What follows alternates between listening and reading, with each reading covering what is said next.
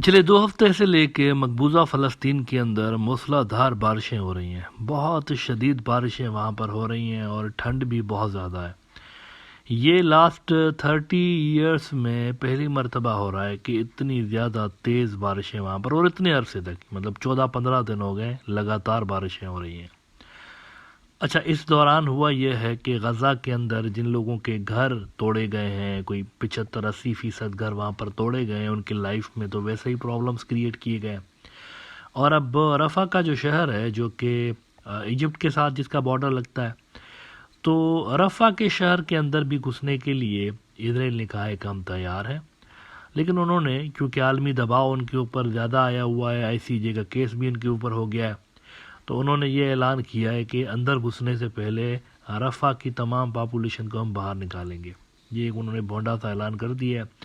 حالانکہ یہ اعلان انہوں نے تب کیا ہے جب ابھی حماس نے ان کی آفر کے اوپر جواب دینا ہے۔ ایک نیگوسیشنز چل رہی ہیں نا، جو کہ قطر میں بھی ہو رہی ہیں اور کائرو میں بھی ہو رہی ہیں، فرانس کے اندر بھی ہو رہی ہیں، اور وہ 2 اسٹیٹ سولوشن کے حوالے سے بھی ہو رہی ہیں۔ اس پہ حماس کا رپلائی آنا ابھی باقی ہے۔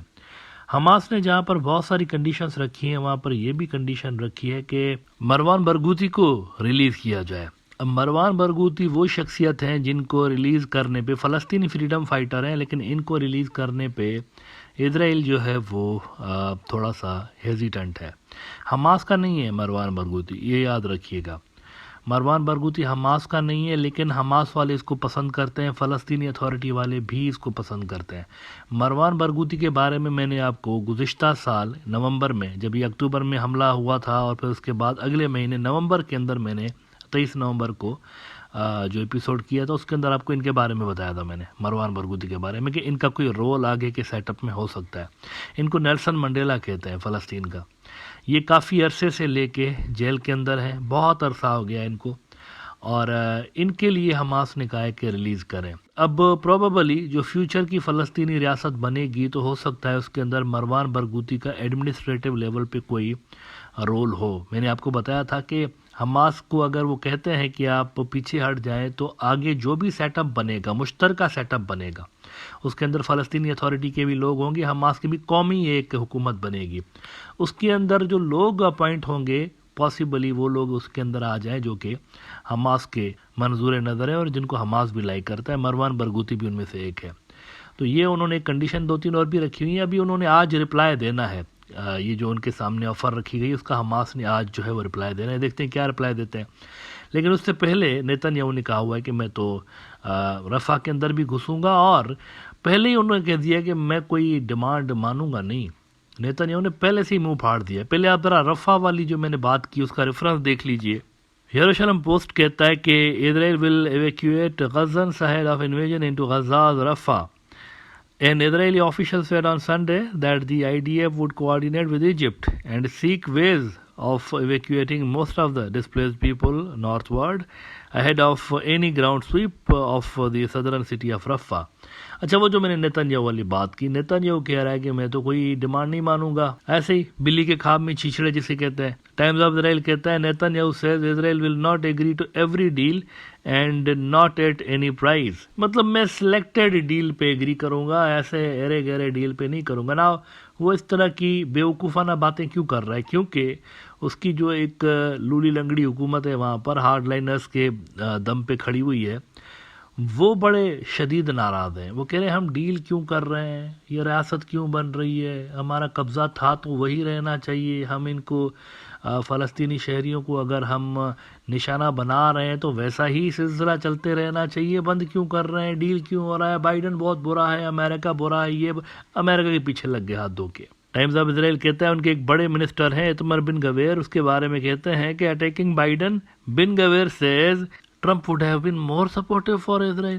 US President busy with giving humanitarian aid and fuel, which goes to Hamas. Far-right minister tells Wall Street Journal, PM criticizes those who endanger vital interests.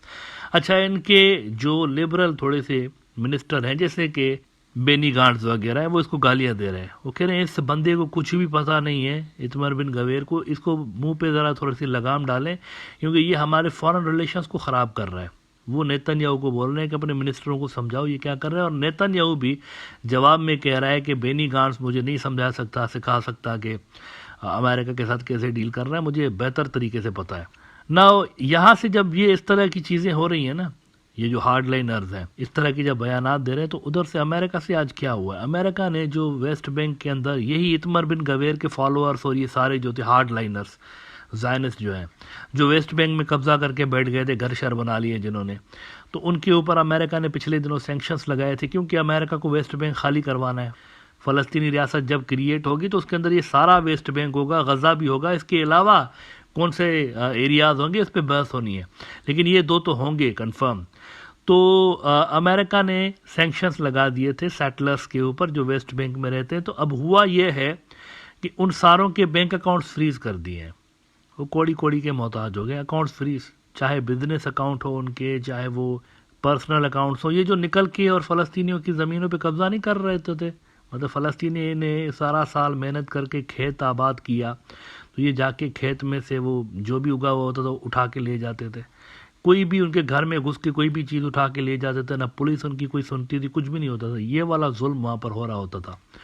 تو اس پہ امریکنس نے، کیونکہ ان کو کمٹ انہوں نے کیا ہوا ہے کافی ڈیکیڈ سے لے کے کہ یہ جو ویسٹ بینک اور غزہ یہ فلسطینی ریاست کے حصے ہیں، تو انہوں نے اس پہ، وہ پہلے لفاظی کرتے رہتے تھے، لیکن بائیڈن نے چونکہ ریاست بنوانی ہے فلسطین کی، تو انہوں نے سیٹلرز کے اوپر پہلے سینکشنز لگائے، اور اب ان کے جو بینک اکاؤنٹس ہیں وہ انہوں نے بند کر دیے، فریز کر دیے۔ ٹائمز آف اسرائیل رپورٹ کر رہا ہے کہ settler sanctioned by U S for alleged violence has bank accounts frozen. Yonon Levy, a settler recently sanctioned by the US for alleged acts of violence in the West Bank, has had his Israeli bank accounts frozen, Khan News report.